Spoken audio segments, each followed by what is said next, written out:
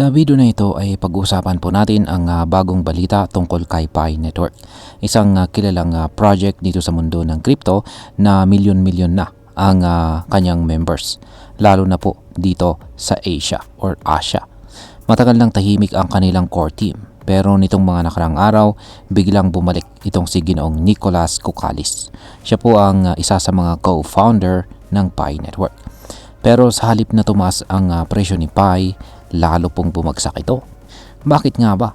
Ano nga ba ang sinabi ni Ginoong Kokkalis at ano ang epekto nito sa mga kagaya nating mga Pinoy crypto traders, miners at investors ni Pi Network? At ayan, bago po tayo magpatuloy ay pakibasa na lamang po muna ang disclaimer dito sa ibaba ng ating screen.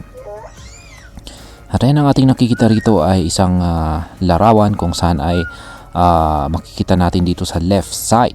Yan, sa left side natin na ito ay yan po ang Pi co-founder na si Ginoong Nicolas Kokkalis. Yan, ayan, nakita rin ninyo na sa personal kung ano ang tunay na itsura nitong si Ginoong Nicolas Kokkalis. Kasi may mga nagsasabi na nitong mga nakalipas na mga araw or buwan na hindi raw totoong tao itong si Ginoong Nicolas Kokkalis, kung sanay gawa-gawa lamang daw. Yan, pero ayan po siya. Ayan po siya. Sa Consensus 2025 po yan ay nagpakita po siya. Ngayon ay sino nga ba itong si Ginoong Kokkalis at ano ang kanyang muling paglabas sa publiko? Si Ginoong Nicolas Kokkalis ay isa po sa mga pangunahing utak sa likod ng Pi Network. Matagal na po siyang hindi nakita sa publiko or nakapanayam. Kaya ang kanyang paglabas nitong May 16 ay malaking balita para sa mga Pi enthusiast. Lumabas po siya sa isang crypto conference na tinatawag na Consensus 2025 kung saan ay tinalakay po niya ang tungkol sa kombinasyon ng AI at saka blockchain. Ayon sa kanya ay ito ang magiging susi para maabot ng mas maraming tao ang paggamit ng technology ng blockchain. Pero bago pa man yan, 2 araw bago po ang event, lumabas din si Ginoong Kokkalis sa isang video interview para i-announce ang Pi Network Ventures. Isa po itong investment fund na may halagang $100 million galing sa 10% na total token supply ni Pi. Ang layunin daw ng fund na ito ay para suportahan ang mga project na nakabase sa Pi ecosystem. Pero teka, kahit may magandang balita, bakit parang hindi natuwa ang mga investors? Ngayon ay bakit bumagsak palalo ang presyo ni Pi Coin? Matapos po ang announcement ni Ginoong Kokkalis, marami ang umasa na tataas ang presyo ni Pi. Pero kabaliktaran po ang nangyari. Noong May 14, bago pa man ang conference, bumaba si Pi mula po sa $1.2 pababa sa 0.80. At pagkatapos po ng conference, lalo pa siyang bumagsak hanggang sa 0.70. Ibig sabihin ay sa loob lamang ng ilang araw, halos kalahati ng halaga ni Pi ang nawala. Ang market cap po niya ay dati ay nasa $9 billion at bumagsak po siya ngayon sa $4.8 billion. Ang 24-hour trading volume ang kanyang 24-hour trading volume naman ay bumagsak rin sa $600 million. Ayon po sa ilang eksperto sa bansang Vietnam tulad ni Nguyen Huang An, hindi na siya nagulat sa pagbagsak na ito. Anya, inaasahan ng community ang malinaw na plano pero puro general tech updates lang ang binigay. Wala man lang konkretong roadmap. Dagdag pa niya, parang ginagamit lang ng team ang bagong fund. Yan, ang bagong fund na ito para i-dump ang tokens sa market, imbis na suportahan ang community. Ngayon is ano nga ba talaga ang Pi Network Ventures?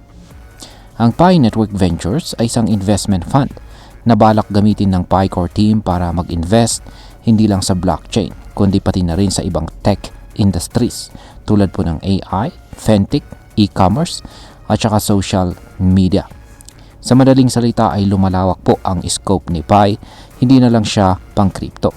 Ang problema, ayon sa maraming investors, ay wala pa ring malinaw na plano kung paano magiging real-world utility si Pi.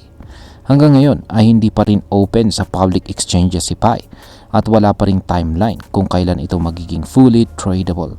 At kahit ipinagmamalaki ni Ginoong Kukalis ang kanilang KYC system, marami pa ring hindi verified users sa ecosystem. Kaya maraming miners at saka early adopters ang frustrated.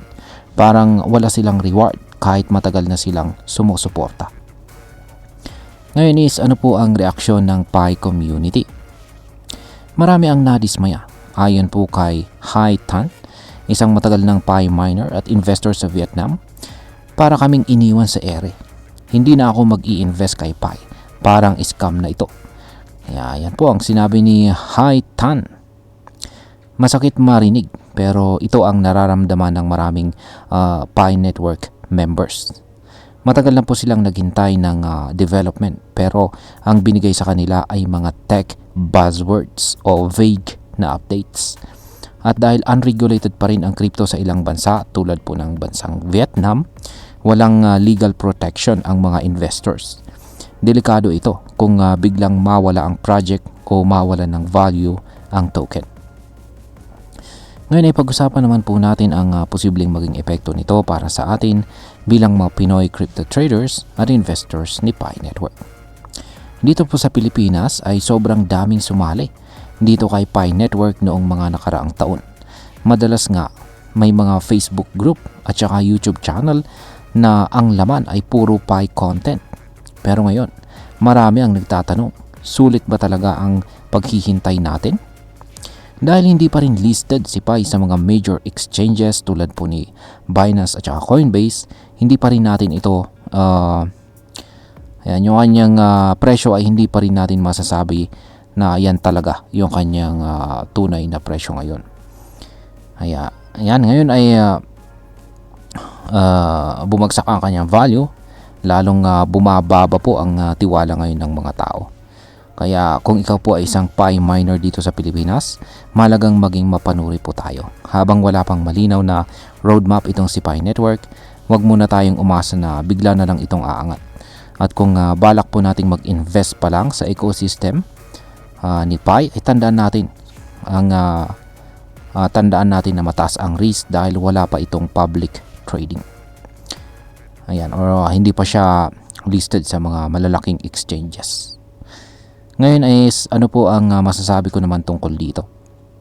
Sa totoo lang ay ang muling paglabas po nitong si Ginoong Nicolas Kukalis ay isang senyales na buhay pa ang project. Pero hindi sapat ang presensya po niya kung wala namang konkretong plano para sa mga taong matagal nang naghintay. Ang mga miner na nagsimula pa noong taong 2019 ay deserve ng mas malinaw na sagot.